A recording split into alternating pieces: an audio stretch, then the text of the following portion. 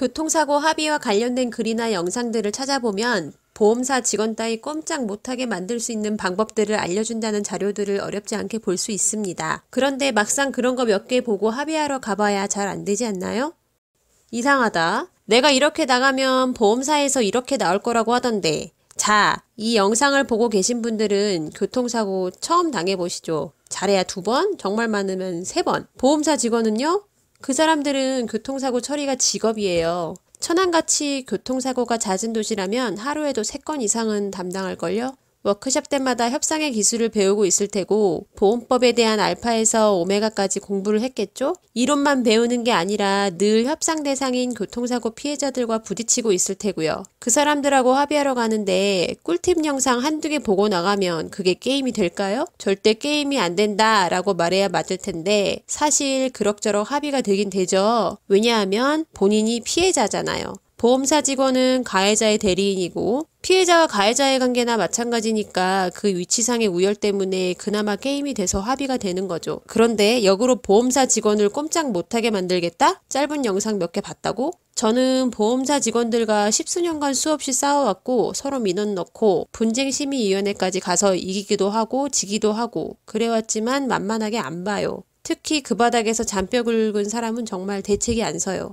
오늘은 제가 당한 얘기를 해보려고요. 유능한 보험사 직원은 최대한 빨리 최소의 금액으로 합의를 이끌어요. 사고 난 상황에서 아예 대인 접수를 못하게 막는 경우도 있고 치료 시작을 막지 못했다면 어쩔 수 없이 최선을 다해서 본인 회사의 돈을 줄이려고 노력하죠. 특히 접촉사고 피해자는 엄청 만만합니다. 변호사 도움을 받을 수 있는 그런 큰 규모의 사고가 아니었잖아요. 아무것도 모르는 일반인인데 적당히 어려운 용어를 써주면서 그동안 갈고 닦은 합의 기술을 구사하면 손쉽게 구워 삶을 수가 있답니다. 그런데 눈에 가시 같은 존재가 있어요.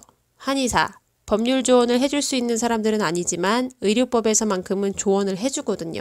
아, 저런 걸 자꾸 알려주면 짜증나는데 라고 생각하겠죠. 특히 예전에 잘 써먹었던 스킬, 치료비 많아지면 합의금이 줄어든다. 이런 거짓말이 안 먹히게 만들어버리잖아요. 나 다니는 한의원 원장님이 그런 거 아니니까 걱정 말라던데. 그리고 그런 거짓말하는 못된 직원들 있으니까 조심하라던데. 이렇게 나오면 정말 싫겠죠. 심지어 의사와 환자 사이에 유대감이라도 형성된 그런 단골 한의원이라면 더 골치 아프고 거기다가 보험사에 호의적이지 않은 걸로 유명한 원장놈이면 정말 싫겠죠. 이미 같은 보험사에서 그 한의원 원장하고 싸웠다는 동료도 여러 봤을 테고 그런데 정말 고수들은 다르더라고요. 잠깐의 대화만으로도 한의사와 피해자를 이간질시켜서 한의사를 등지고 본인 말을 듣게 만들 정도의 능력이 되는 직원들이 있습니다. 가만히 생각해보면 말이 안 되지 않나요? 환자와 한의사 사이의 관계를 사업적 측면으로만 본다면 자영업자와 고객의 관계로 볼 수 있겠죠? 자동차 보험 환자는 교통사고 합의 이후에도 다른 치료를 위해서 저희 한의원에 지속적으로 방문할 수 있는 잠재적인 고객이라고 할 수 있습니다. 그런데 제가 환자에게 이상한 짓을 할 이유가 없죠.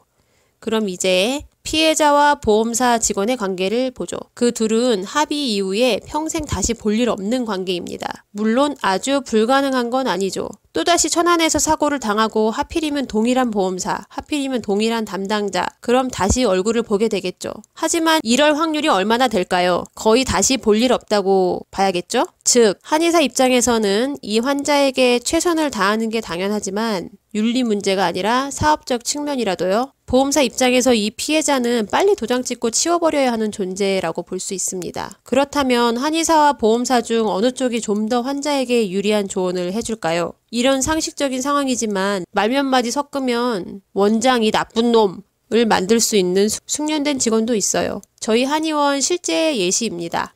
환자분은 원래 저희 한의원 단골 환자였어요. 그러다가 교통사고도 났고 늘 다니던 한의원이 저희 한의원이니까 교통사고 치료도 여기서 받으셨습니다. 이런 설명 다 해드렸어요. 치료 잘 받으시라고도 하고 환자분도 열심히 치료받았고 그러던 어느 날 치료를 끝내고 집에 돌아가시던 환자분이 치료비 많아지면 합의금 줄어드는 거 아니냐라고 물어보십니다. 그런 소리로 사기치는 보험사 담당자가 있기는 한데 절대 아니니까 걱정 말고 치료나 잘 받으시라고 했고 환자분은 끄덕이고 돌아가셨는데 다음날 그 환자분이 사나운 표정으로 방문하셨습니다. 오늘은 치료받으러 오신 게 아니라 너무 억울하고 분해서 찾아오셨대요.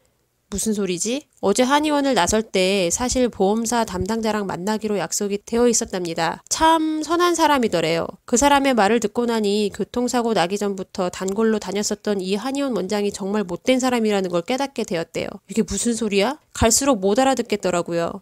치료비가 높아지면 그 치료비는 내 합의금에서 빼가는 거라며 원장 말만 듣고 열심히 치료받았더니 이제 남은 합의금이 얼마 안 된다고 하더라. 결국 원장이 내 합의금을 빼먹으려고 그런 거라며? 원장 말만 철석같이 믿고 꾸준히 치료받았더니 내 합의금에서 치료비를 너무 많이 빼가서 더 이상 줄 합의금이 없다고 하더라. 이러면서 씩씩거려요. 어째서 그 담당자가 선한 사람이냐면 못된 원장한테 속아 불쌍하게 된 본인 처지를 불쌍하게 여겨줘서 직원 재량으로 합의금을 50만 원은 어떻게 해서든 챙겨주겠다고 했대요. 물론 당장 치료를 중단한다는 전제죠. 그 자리에서 사인 안 하면 나중에는 못 챙겨준다 라면서요. 그래서 바로 합의했대요. 정말 대단하죠. 말 한두 마디에 원장을 못된 사람으로 만들어놨고 더 이상 치료비 안 나가게 막아놨고 합의금은 남들 절반 수준으로 막았고 제가 그 보험사 CEO면 직원들 사기 진작용으로 보너스도 주겠네요. 저렇게 사기쳐라 이러면서. 여기까지 들은 분들 중에 자동차 보험에 대해 잘 아시는 분은 반론을 제기할 수 있어요. 상대방의 보험 상태나 과실 비율에 따라 전혀 불가능한 얘기는 아니라고. 하지만 담당 한의사는 보험사로부터 모든 상황이 꼼꼼히 기록된 서류를 받아요. 특수 상황이었다면 제가 알아서 다 했겠죠. 그분은 그냥 100% 피해자의 상대방은 종합보험이었어요. 이런 한숨이 나올 만한 상황에서 결국 환자분은 마무리하고 가세요. 남들 절반밖에 합의금을 못 받은 이유가 그동안 믿고 있었던 한의사 때문이라고 생각하니 너무 분하다면서 다시 여기 올 일 없을 거래요. 결국 보험자 담당자의 수완 때문에 수년 된 단골 환자가 발길을 끊게 된 거죠. 몇 년 전 일인데도 이런 사건 몇 개 쌓이니까 제가 보험사하고 사이가 좋아질 수가 없어요. 심지어 그 보험사 담당자와 만나기 십수분 전에 이미 치료비와 합의금 관계는 없다고 미리 확실히 얘기를 해줬어도 한순간에 넘어가 버리잖아요. 저런 수준의 협상 능력을 가진 보험사 직원을 한 10분짜리 동영상 한두 개 찾아보고 꼼짝 못하게 만들어 보겠다고요? 그게 정말 될까요? 이번 영상의 결론입니다. 일반인은 지식의 수준, 협상 기술 측면에서 절대 보험사 전문가의 상대가 되지 않습니다. 무조건 집니다. 무조건 당하고 그나마 피해자라서 맘대로 못하는 것뿐이지. 그러니까 크게 당하지는 않게 준비한다는 마음으로 최대한 많은 글과 영상을 찾아서 최대한 많은 정보를 확보해 두세요.